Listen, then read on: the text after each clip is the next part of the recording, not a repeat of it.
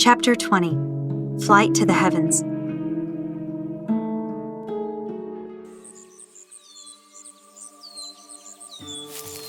Virginia studied the forest scenery as she walked down the path. The gigantic red pines became fewer in number as clusters of oak, maple, and sycamore trees began to decorate the woods. Their leaves crowned the land in a warm, soothing red, yellow, and orange splendor. The late afternoon light fell through the autumn canopy. The shadows of the leaves and rays of the sun covered the top of her face as she gazed into the sky. Above, she could hear birds flying and chasing playfully from branch to branch, singing and chirping one to another melodiously. She looked down the trail in front of her.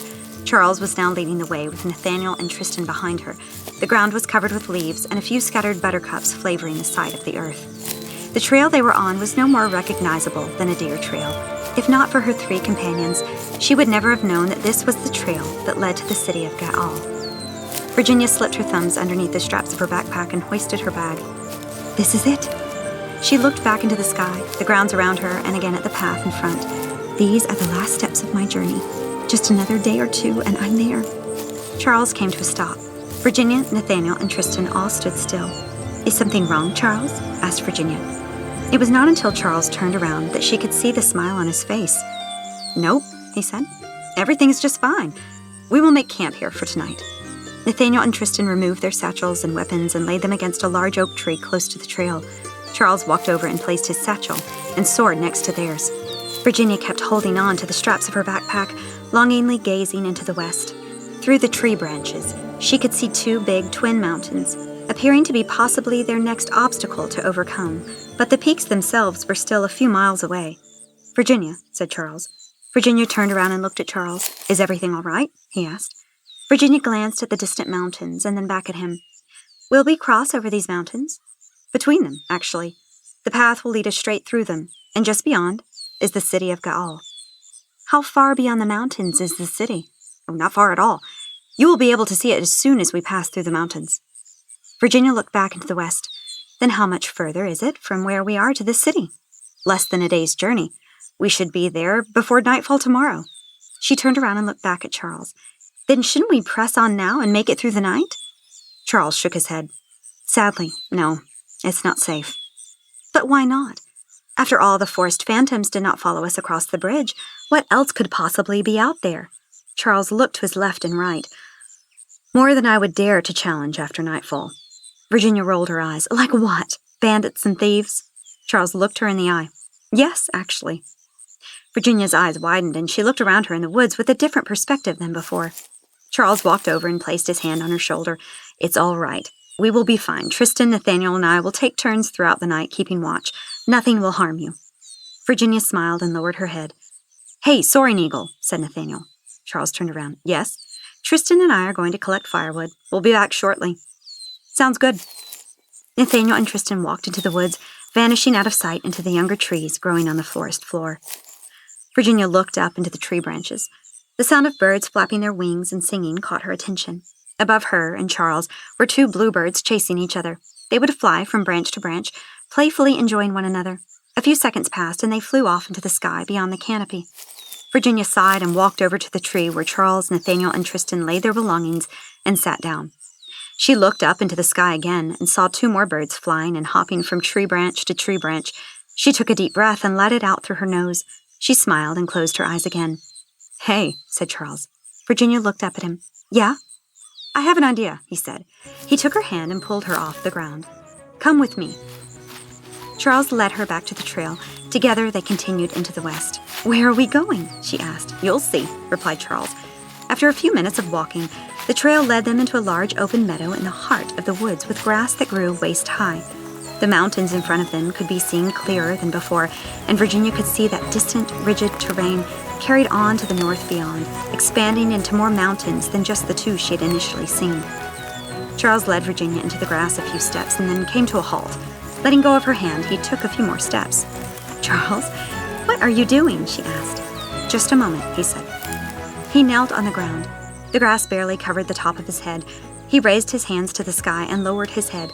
Softly he began to sing. A small, little light began to glow from within the blades of grass where he knelt. Virginia took a small step backward. Charles? Charles's singing grew stronger and louder. The light that shone from where he sat began to grow brighter and brighter. Suddenly, a pair of enormous, eagle-like wings sprawled from the grass where he sat, with such excitement that it sent Virginia jumping back. The singing stopped. Spreading his wings wide, Charles stood up from the tall grass. He lowered his hands and turned around to face Virginia. The light within him that had magnified in brilliance began to soften to a nice glow. He walked towards her and stood about a foot or two away. "You've walked through the woods of Aniatha for quite some time now, but have you seen her land from the air?" he asked. "Have I seen it from the air? Virginia, would you like to see the land from the sky?"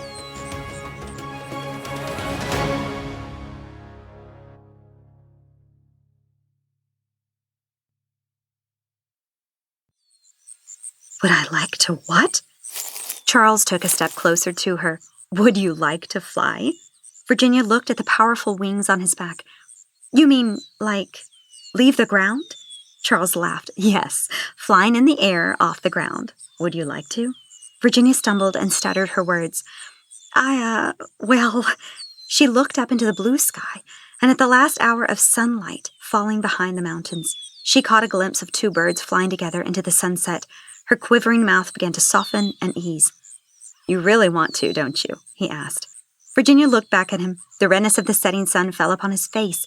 His shining eyes looked deeply into hers. His hair blew in his face from the early evening breeze. "Why not?" Okay, so you're really up for it?" "Yes." "Are you sure now?" Virginia began to laugh in enthusiasm. Yes, I'm really sure." Charles smiled. "Okay." He turned to his side, folded his wings, and knelt down. "Come around and wrap your hands around my neck." "Around your neck?" He laughed. "Yeah, come on." Virginia walked on. As soon as she stood behind Charles, he unfolded his wings. Leaning down, she wrapped one arm under his arm and the other around his shoulder, and locked her hands in front of his chest. "Okay," she said, "I'm trusting you." Charles turned his head and looked at her out of the corner of his eye. "Fair deal." He looked back in front of him. "Hold on tight." He raised his wings above them, and with a mighty flap, he shot off into the sky. Virginia's heart stopped inside of her as her feet left the ground. Everything was just a light breeze a moment ago, but suddenly the wind began to rush past her face. She screamed and held on tighter to Charles. He laughed and took hold of her arms in his hands. "I'd hold on tighter if I were you." Charles stroked his wings powerfully through the air as they climbed higher and higher. "Charles!" screamed Virginia. "Charles, too fast, slow down." "Just hang on," he shouted back. Charles continued to climb, advancing his speed. Virginia looked down and saw the once large meadow had become a tiny plot of land. She closed her eyes and held on to Charles tighter than ever before. "Charles!" she shouted. "Too high! Please don't go any higher. Just keep holding on. Trust me." Virginia began to shake. The wind rushed past her face as she shot through the air like a missile. Her feet felt no foundation beneath her. Nothing she could rely on for security. The only thing she had to stand on was her faith in him, and that was being challenged to the highest degree. She held on with all that she had. "Please stop, please stop, please stop." Charles's wings ceased to flap. He opened them wide like two sails, catching a gust of wind. Virginia felt her body slowly go from a vertical position to a horizontal one. The breeze stopped rushing past her face and began lightly brushing over them as Charles glided through the air. "Virginia," said Charles, "what do you think?" Virginia opened her eyes. The light of the setting sun fell across her face as she beheld the most gorgeous sunset she had ever seen. The sun was sinking behind a vast ocean, glistening its blood-red light upon the waters. She looked above her and saw a white mist. "Is this a cloud above us?" "Yes, it is." She reached up with one hand and brushed her fingers through the mist as they flew beneath it, her hand moistened by its water. She looked down and saw that they were just above the mountain region. On the east side of the mountains was the forest they had hiked through, but just on the opposite side, running along the whole mountain region, was what appeared to be a sandy white beach that stretched out for about a mile or two before reaching the seashore. "Virginia," said Charles, pointing at the ground, "can you see that small, little light shining from the edge of the seashore?" Virginia leaned down upon Charles's back and squinted her eyes at the earth below. "I think so, barely. That is the City of Gaal. It may look small from up here, of course, but it's a big city. I thought with all you've been through, maybe an aerial view of your destination would bring you some comfort." She smiled, resting her chin between his shoulder and neck. She wrapped her arms around him tighter. "Thank you." Virginia closed her eyes. The breeze brushed past her cheeks, whipping through her hair, and kissed her eyelids. She slowly opened her eyes and looked out over the ocean waters of the western horizon. The waters sparkled like millions of diamonds coated in a blanket of blood-red light. The edge of the horizon was beginning to darken softly to a deeper blue. "Hey," said Charles, "do you want to see something else?" Virginia tightened her hug around him. "Yes." With several mighty claps of his wings, Charles flew higher and into the clouds. The mist was like dew upon her face and arms. She squinted her eyes and held on tightly, unsure of what lay before them through the dense fog. With a final clap of his wings, they shot out of the tops of the clouds. Virginia looked up into the night sky. Thousands of stars covered the view. The soft glow of the lunate moon fell upon her face. The air was cooler. Below her, the clouds glowed a golden yellow and deep red from the setting sun beneath. "Beautiful, isn't it?" asked Charles. "One day back in my village, I was flying through the trees when I looked up and thought, I wonder how high I can really fly. It was a risk because a lot of the tribes of the northern and southern woods hated my tribe so much that many had sworn an oath that they would shoot down any winged back that they saw flying in the sky. It was definitely a risk, but I could not take it anymore. I figured that my best chances of them not being able to see me would be during the twilight hour. So as the sun was setting in the distance, I shot off into the sky as fast as I could, never looking back. I just flew higher and higher until I broke through the clouds. Then I saw this." Virginia looked all around her again. "It's beautiful. You mean no one has ever seen this before from your village?" "No," said Charles, "and I've never taken anyone up here before either, until now." Virginia smiled and rested her chin between his neck and shoulder again. "Can I keep you?" "Thank you. This means more than you know." Charles turned his head just enough to look at her out of the corner of his eye. "You're welcome." She smiled, closed her eyes, and tightly wrapped her arms around his chest. Slowly, she let go of her arm and slid her hand across his chest, feeling the strength of his heart. "Is this okay?" Virginia felt his fingertips touching her hand. Slowly, they weaved their way between hers as his strong hand rested on top of her hand. She smiled. She let her head rest gracefully upon his shoulder, closed her eyes, and soaked in the moment. The evening breeze brushed his hair across her face. The cool of the twilight air mixed with the last remaining warmth of the sun upon her cheeks. They glided through the air for a time that lasted forever as the sanctuary of the heavens became a place all their own. Charles pivoted to the right. Within a few seconds, their direction changed from west to east. "Where are we going?" asked Virginia. "We have to make it back to camp before the sun completely sets over the horizon," said Charles. "Sadly, it would be bad if we landed in the dark. It's too risky." Her arms wrapped tighter around him. "I don't want to leave." "Okay."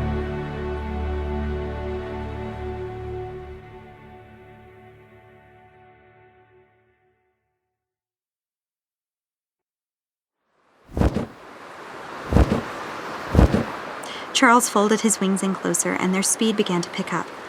"Hold on tight," he said. "This might get a little windy." The closer he pulled in his wings, the faster they soared down to the earth. Like a torpedo, they shot through all the layers of clouds. In front of them were the two twin mountains. Charles and Virginia shot between their peaks like a falling star from the sky. The field they had started from was becoming more visible and less tiny. Second by second, it came closer into view. Virginia closed her eyes and buried her face into Charles's back. "Please don't crash. Please don't crash." In an instant, Charles spread his wings out wide. Like a parachute, they caught the wind in time for a soft glide down. Virginia opened her eyes and saw that her feet were about as high as the treetops. She looked back up into the cloudy sky above. The light of the setting sun shined upon them and upon the mountains behind her. She felt the tall blades of grass brush against her feet and ankles as they came to their final descent. Virginia reached out her foot and waited. Like a ballerina, she felt her toe touch the ground softly and elegantly. She released her arms from around Charles and stood on the ground with her own 2 feet. Charles turned around and faced her. "What did you think?" "It was wonderful," she said. She took a step closer to him. "It was really wonderful." Her eyes locked onto his and his onto hers. She stepped closer and placed her hand on his chest. The world began to fade away. The colors of the meadow and forest disappeared into the blind spot of their view. She leaned in, up towards his lips. Time stood still, but her heart raced faster than usual. A strong hand gently pulled her hand off his chest. "Wait," he said softly. Virginia broke out of the trance. The meadow and forest were turned around her. Charles stood holding her hand. "Wait, please," he said, tightening his eyes. "Oh no, I did it again. I'm sorry," she stammered. "I'm so sorry. I don't... What did I do wrong?" "You did nothing wrong," he said, opening his eyes. "You're fine. Believe me, you're fine." He cautiously studied the meadow and the forest on either side of them before returning his gaze to her. It's more complicated than you know. But I felt like I did something wrong. What was it? What did I do?" Charles shook his head. "No, you did nothing wrong." He looked behind her at the Twin Mountains and then at her again. "There are things you need to know first. Those things will come to your attention soon, but know this. If you kiss me out of season, things you did not sign up for might come to pass.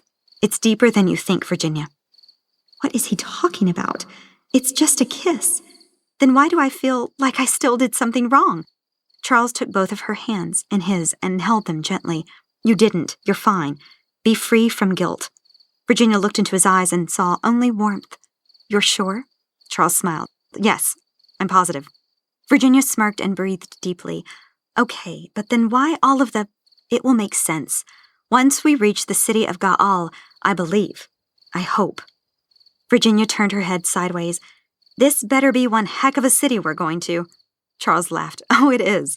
He released one of her hands, yet continued holding the other. "But for now, we must head back to the camp." They began walking along the edge of the woods until they reached the path that returned them to camp.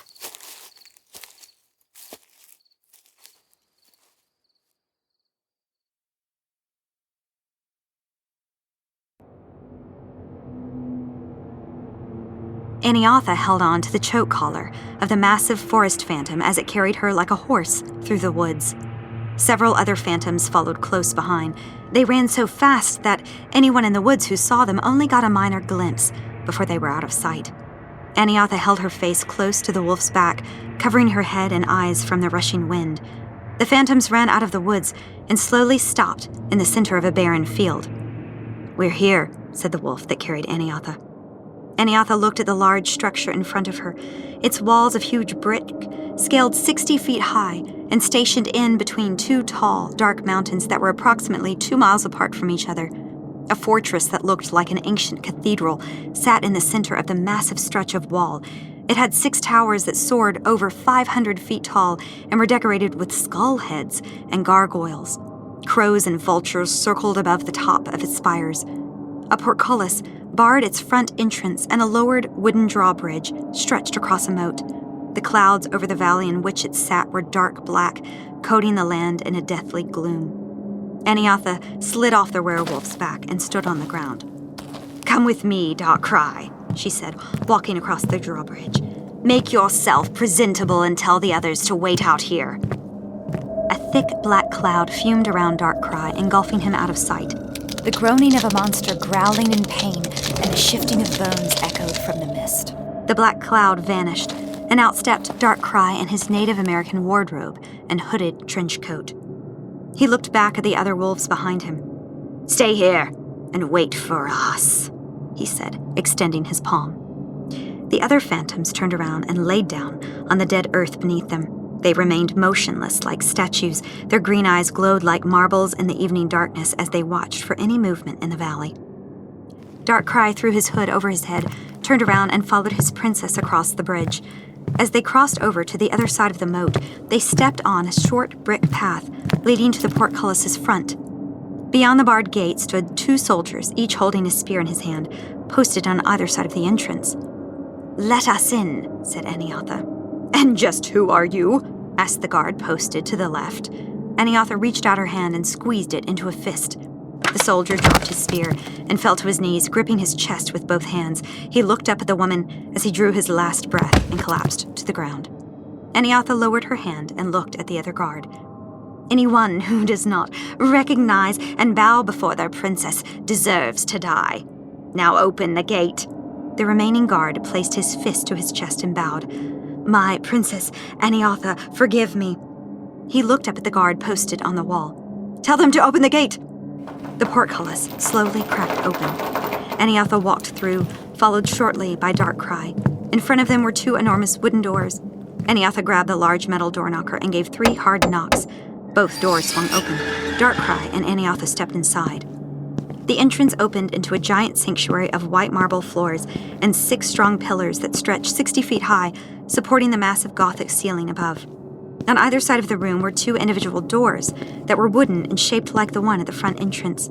Above the doors on either sides of the walls was a stretch of stained glass that held a pictorial story of men, women, and children being slaughtered by an army of soldiers dressed in charcoal black armor and a dragon. Far in front of them was a second story that overlooked the foyer like a balconied terrace with 2 staircases that horseshoed to its floor. At its top, on the far back wall, was a large entrance that opened into a dark room. Aniatha and Darkcry walked to one of the staircases and made their way to the top. The floor was overlaid with red carpet. The opening to the dark room was 30 feet high and 20 feet wide, with burgundy drapes hanging on either side. Aniatha and Darkcry walked into the room. The only light consisted of 3 torches mounted on the walls to their left and right, which issued a faint green flame. They took no more than 10 steps when a faint, mocking laughter began to echo within the chambers. Well, echoed a deep, soothing voice. You must be in some serious trouble to come and inquire of me, Aniatha. Tell me, was it necessary to kill my guard? It takes so much time to train them. Good riddance to a poor subject who would not bow before the daughter of his queen, said Aniatha. No doubt he fell victim to your rage rather than your justice, daughter of Rachnaná. My emotions are not your concern. Oh, but they are, Aniatha. After all, you traveled all day upon the back of that dirty mutt of yours just to inquire of my assistance to help retrieve a prize you were supposed to never lose. Because of your lack of coordination, Cohen has escaped 3 times from you. Darkcry gnashed his teeth and growled like a dog. Cohen didn't do it by herself, you fool. A warrior of the tribe of Leaping Bird helped her. Leaping Bird? Tell me, mutt, how is it that she came to be with the help of a warrior of Leaping Bird? I thought that your powers were supposed to help you wipe out the tribes that opposed you. Your failures never cease to amaze me. Darkcry drew his sword and held it out in the darkness. Show your face, and I'll not fail to slice it off, warlock. Aniatha placed her hand upon his arm. Darkcry lowered his weapon, but never stopped staring into the darkness with a watchful, angry eye. Cohen has escaped from us, and now journeys beyond the Great Canyon, said Aniatha. She is beyond our reach there. There was a moment of silence before the voice responded. What are you requesting of me? The night wings, answered Aniatha. Tell me, has it become that serious? Cohen is just a day or 2 away from the City of Gaal, the last standing city harboring the truth of the past. If she finds out who she is and discovers her purpose, then what comes from Oral Muti will be unstoppable. It will be our ruin, and the return of what was forgotten long ago, and unfortunately, now has come the time to do it again. There was a moment's pause before the voice spoke again. I will help you, but on one condition. What's that? Asked Aniatha. You are not to kill her. Darkcry puffed up his chest and cursed loudly. No, she is to be killed on sight. If she returns to either tribe, it would mean that Oral Muti's spirit would follow her. If the spirit of Oral Muti flourishes through them all again, it would be the ruin of my tribe. They would rule the woods once again. I will not allow that to happen. Calm yourself, mutt, said the soothing voice. You're spitting on my fine carpet. Cohen will not go to the tribe of Leaping Bird, or the tribe of Laughing Horse, that is, unless you fail to obey my orders. Darkcry showed his gnashing teeth into the darkness and held out his sword, ready for anything. What are you implying? If I am to awaken the Night Wings, then I will be the one to lead this expedition. You both will now answer to me until it is completed. Us answer to you? Thundered Darkcry. Correct, mutt, said the voice.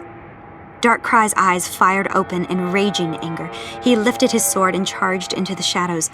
Call me mutt one more time, and I'll cut your tongue out. A shadow fell out of the rafters above the chambers behind Darkcry. His sword was swatted out of his hand by the flick of another blade. He felt a hand grab his arm, twisting it behind his back. Darkcry became very, very still as he felt the edge of an icy cold blade resting against his throat. "You'll never take the city alone," said the voice. Aniatha held up her hand. A dark red flame ignited in her fist. The room lit up in a deep red color. She saw a tall figure dressed in a dark hooded cloak, holding Darkcry in a lock. She drew her hand back, ready to toss the flame at it. Everyone held their position. No one dared to move.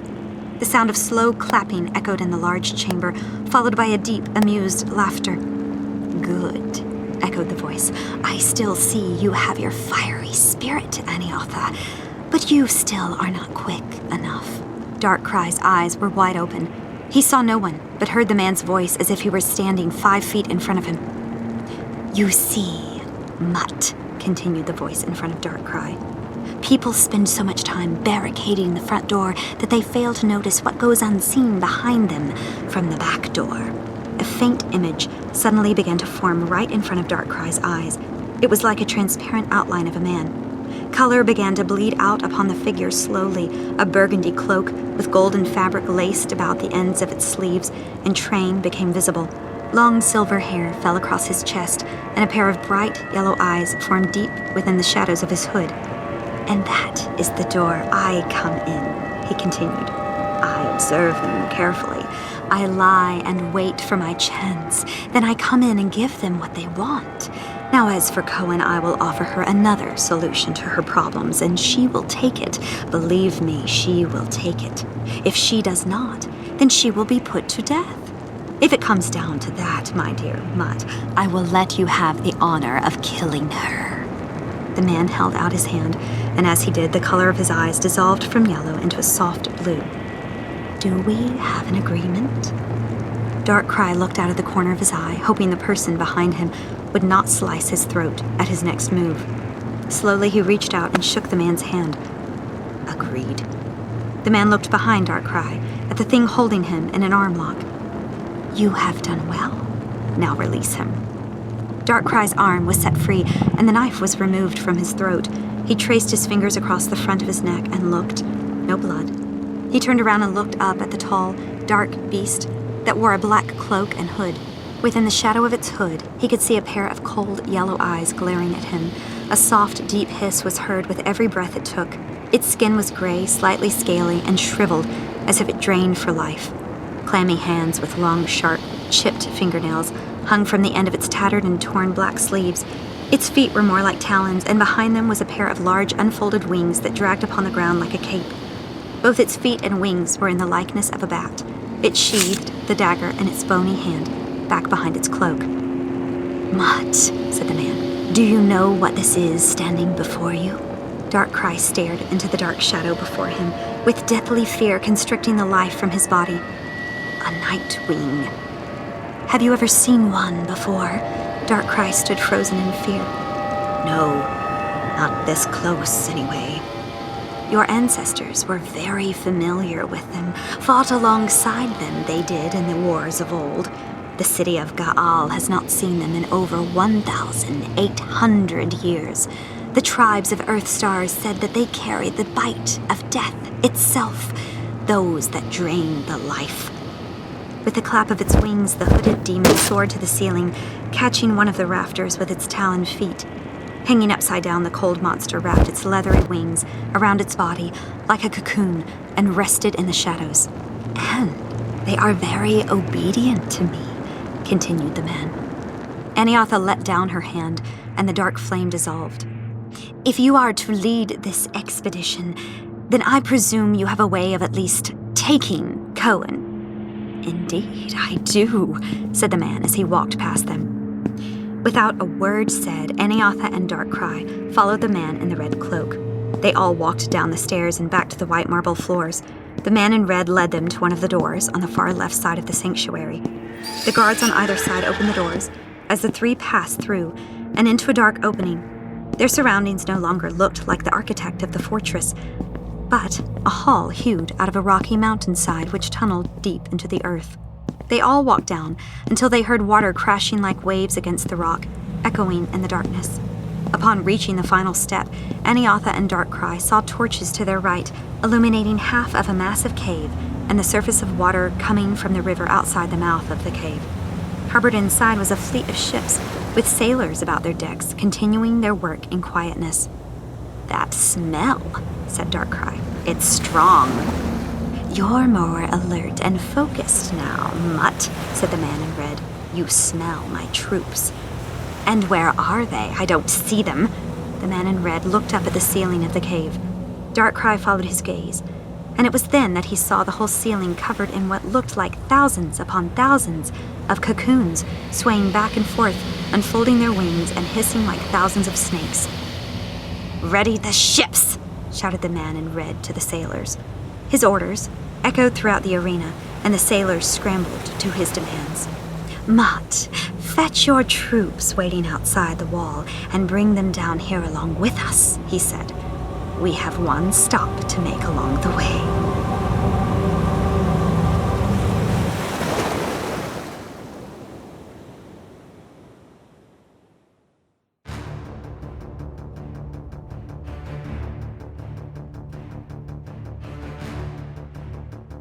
This is the end of Chapter 20. Tune in next Thursday for Chapter 21. If you'd like to listen to the next chapter ad-free ahead of everyone else, then subscribe to Early Access and tune in on Sunday. If you like what you heard, please like and subscribe and share with your friends and family. It really helps the show. We're available on Spotify, Apple Podcasts, and all major podcasting platforms. What Shines with the Dawn was written and created by C. Taylor Eason. Copyright Christian Taylor Eason, 2024.